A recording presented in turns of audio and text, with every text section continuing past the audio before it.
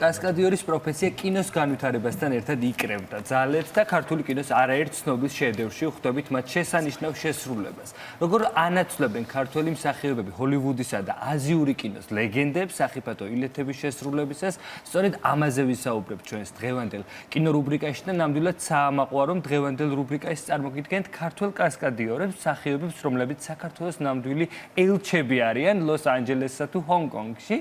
დღეს ჩვენი კინორუბრიკის სტუმრები, ყველაზე პრესტიჟული ჯილდოს მფლობელი ქართველი კასკადიორი, ლაშა მძინარაშვილი და თემურ მამისაშვილი გახლავთ, რომლებიც როგორც აღნიშნეთ, ნამდვილი ამბასადორები არიან და სპეციალურ ილეთებს ისინი ასრულებენ ძალიან დიდი მონდომებით არაერთ ჰოლივუდისა თუ აზიურ ცნობილ ფილმში და ბატონო თემურ, თქვენით დავიწყებთ. ჩვენ მაყურებელს განსაკუთრებით უყვარს და მოწონს თქვენს მიერ შესრულებული როლები, რომელსაც უდიდეს ლეგენდასთან ერთად თამაშობთ თქვენ.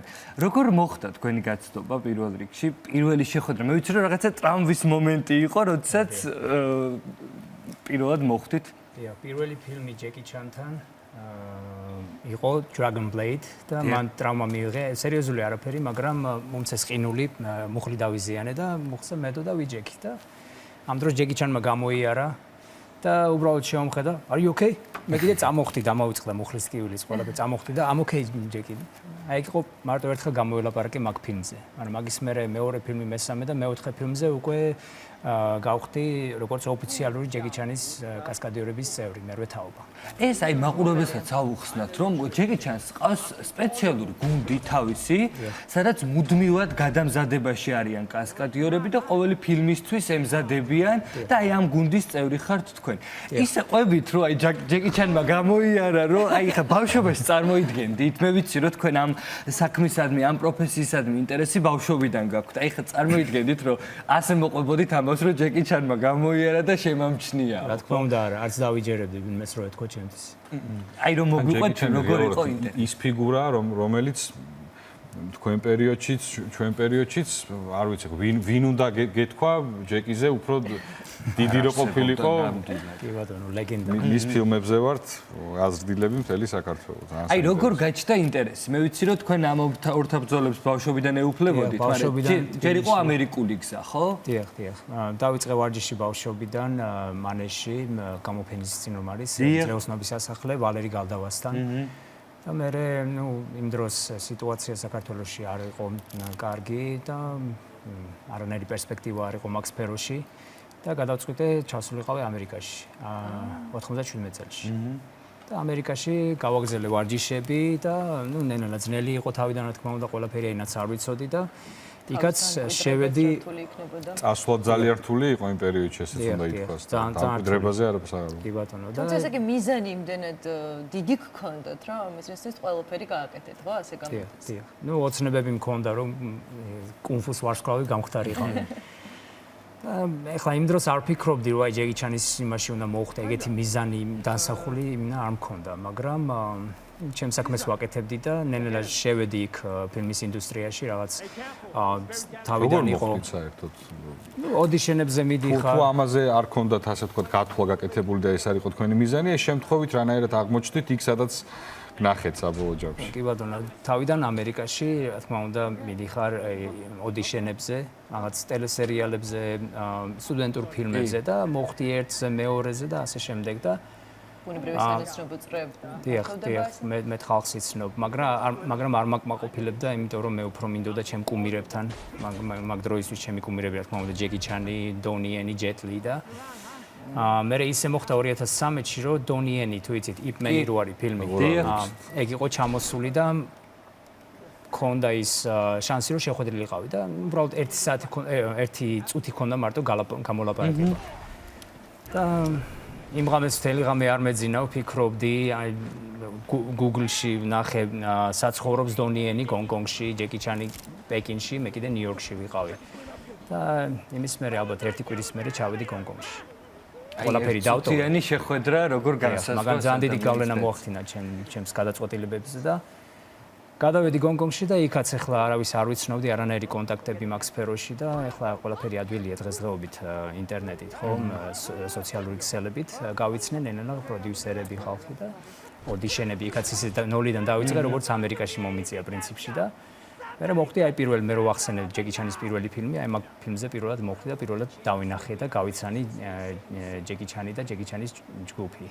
აი თვითონ კასკადიორის გარეშე ასრულებს ამ მოძრაობას. ეხლა ბოლოს ერთ-ერთი პოპულარული იყო ფილმი პანდა, სადაც თქვენ ერთად თამაშობთ და როგორია გადასახებ მოედანზე თავად ჯეკი ჩანი? აი ჯეკი ჩანი არის 71 წლის ახლა. რა თქმა უნდა, ყველაფერს თვითონ ვეღარ შეასრულებს, მაგრამ მე გეტყვით თუნდაც მაგ ფილმზე 90%-ზე მეტი ჯეკი ჩანმა თვითონ შეასრულა. ერთი ციფრია დღევანდელი კინო 70 წლის იყო მაშინ შარშან, ხო?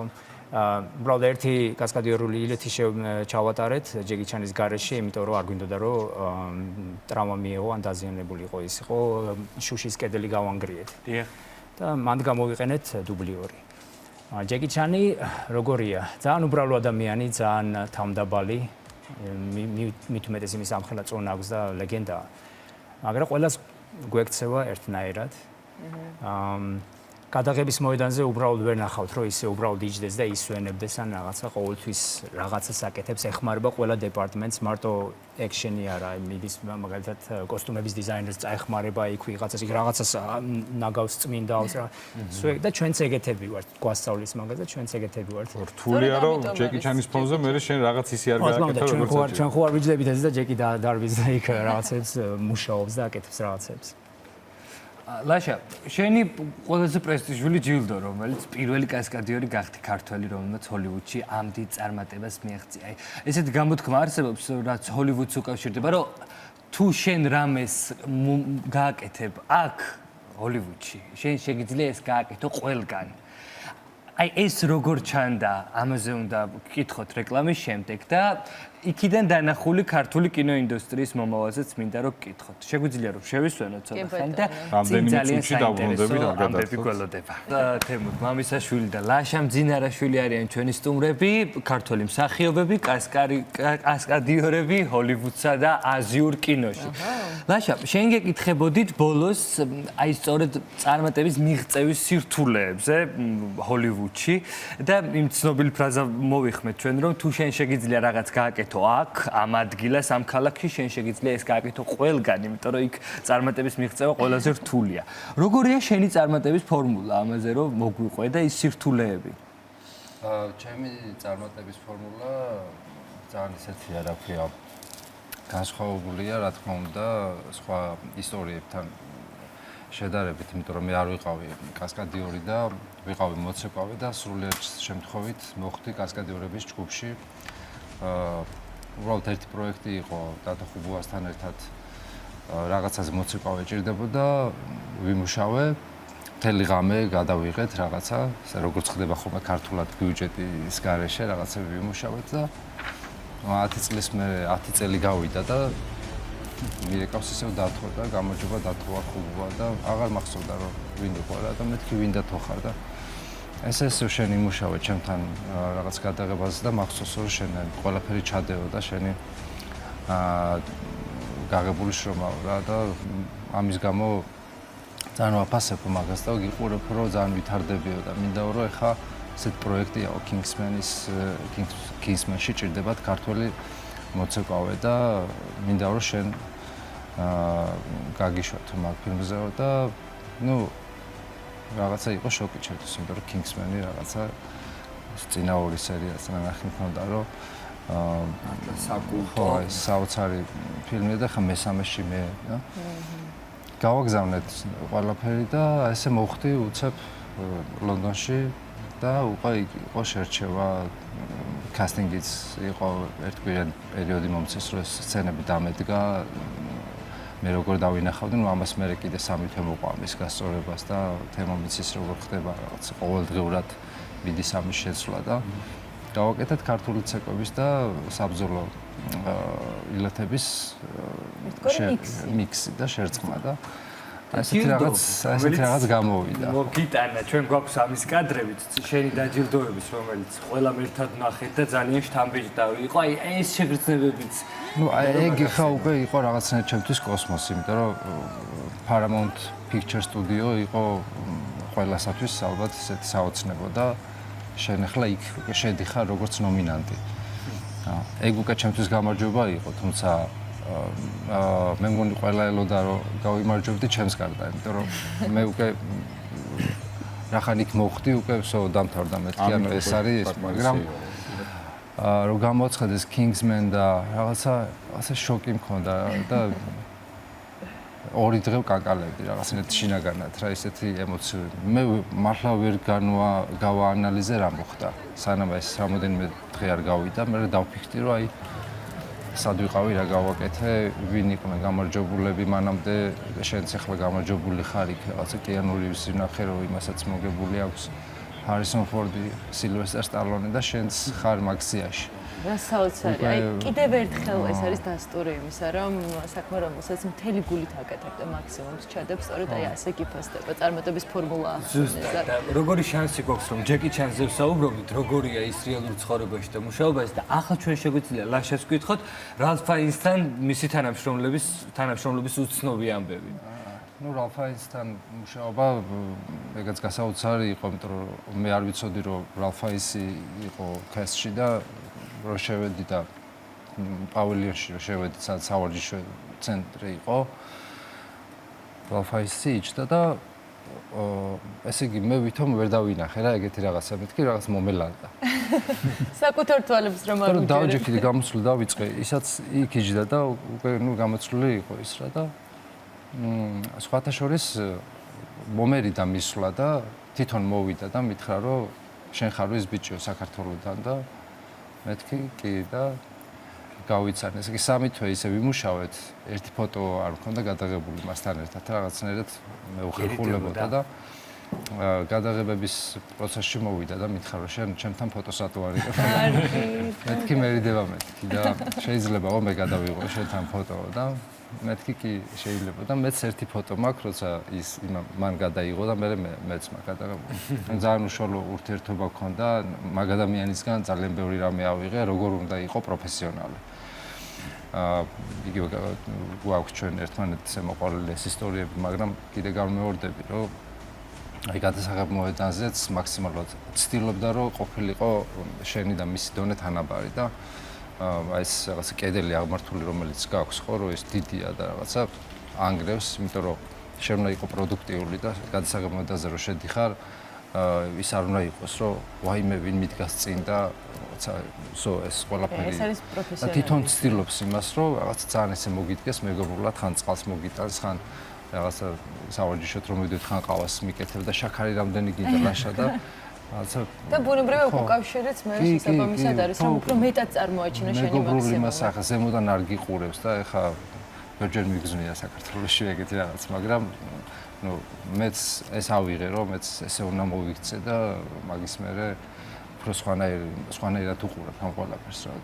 უფრო მაღალი დონის პროფესიონალიზმს დავარქმევდი ამას და ადამიანურობას რა. საკმაოდ ცით რისკებთან არის დაკავშირებული თქვენი საქმიანობა, ამ შემთხვევაში კასკადიორობის მიმართულება, ხო? ეს არ არის უბრალოდ როლის შესრულება, აქ რაღაცა გიწევს ზოგჯერ დანის წვერზე სიარულიც კი. აი, როგორც პირდაპირი, ასევე გადატანითი მნიშვნელობა. პირდაპირი და გადატანითი აი თუ არ გარისკე, ეხა აქვს რო შედიხარ სავარჯიშოდ და გინდ გადასაღებ მოედანზე, იცი რომ რაღაცა შეიძლება ისე დამთავრდეს ეგ გადაღება, რომ რაღაცა ტრავმა მიიღო. ჩემ შემთხვევაში მაგი დაამიყირავდა და გადმოვარდი ზურგის ტვინი მქონდა მოჭყვეტილი მერე და ნუ ოპერაციები დამჭირდა და მთელი ამბავი, მაგრამ ნუ არის ბევრი ტრავმები ხა თემა თავის სიტყვის.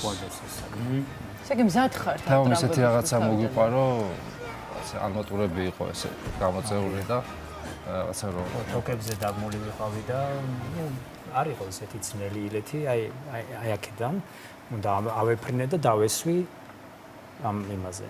მეორე წერტილზე. არც ისეთი მარტივი არ იქნებოდა, როგორც ახლა აღწერეთ. ეგ ჩვენ თემაში ადვილად ითვლება თოკებზე ეგ სამუშაო და არ არის ესეთი ძნელი, მაგრამ ისე მოხდა რატომღაც რომ თან ამ კედელს ეს იყო მშენებლობა მიმდინარეობდა და ეს არმატურები იყო ეს რკინის რვადები და რაღაცები და რატომღაც არ ამწიეს საკმაოდ სიმაღლეზე და დამაჯახეს და სახე დავიცი, მაგრამ რაღაცები დამეტეკა ნეკნები ჩამიმტრია რაღაცა და ეგ შეიძლება ხდება ხოლმე თავი მაგ გატეხილი ორჯერ ეს გაწყვეტილი აქვს მყესი, მუხლი, წელი, ოპერაცია მჭირდება წელზე. მაგრამ უნდა გიყვარდეს ეს საქმე. მაგეთ ჩვენ კასკადიორებში ნათქვამი გვაქვს, რომ ჩვენ ტკივილის არ გვეშინია, ვიცი ხანდახან ისეთი ილეთს აკეთებ კასკადიოროს, რომ იცი რომ გეტკინება, სხვა ვარიანტი არა, გეტკინება, მაგრამ მაგაზე არ ვფიქრობთ, უფრო რომ ტრავმა არ მიიღო. მაგრამ მინდა აღნიშნო რა, ბოდიში ამას დავამატებ, რომ აი მაყურებელი რა უყურებს დასრულებულ ფილმს, ხო, თქვა განსაკუთრებით action ფილმს, ხო, სადაც ზაფსიუჟეტი ვითარდება. აი მან 80 ან შეიძლება 90%-ს აკეთებს კასკადიორი და დუბლიორი. და აი ეგ არის ძალიან დიდი მე პირდაპირ შევეხე მაგ ყველაფერს და ვნახე, ხო, როგორ ხდება.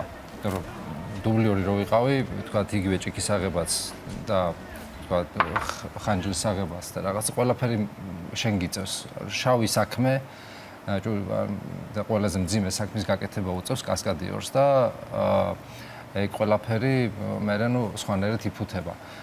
რა თქმა უნდა ძალიან დიდი შრომა რა თქმა მსახიობისთვისაც, თუმცა იმას ვიტყოდი, რომ კასკადიორი ფილმის შექმნაში ძალიან დიდ წილ ჯაფას გადის რა და ჩვენზე გადადის მთელი ეს სირთულე და რაც მოწონს მე ხალხს ხო ექშენი და აი ეს დრაივი საიდანაც მოდის ჩვენ ვქენი ბიჭები ქმნიან აი ამ ექშენს ფილმებს. ამაგარი ისტორია. ცოტა დრო გრჩება და მინდა რომ ვისარგებლო ამ შემთხვევით და ასეთი რამ გკითხოთ. როდესაც თქვენ ორივე იყავით პატარები და უყურებდით ამ ლეგენდებს სოფლიო კინოში, შეიძლება ვერც დაგეჯერებინოთ, რომ მათი უშუალო პარტნიორები გახდებოდით.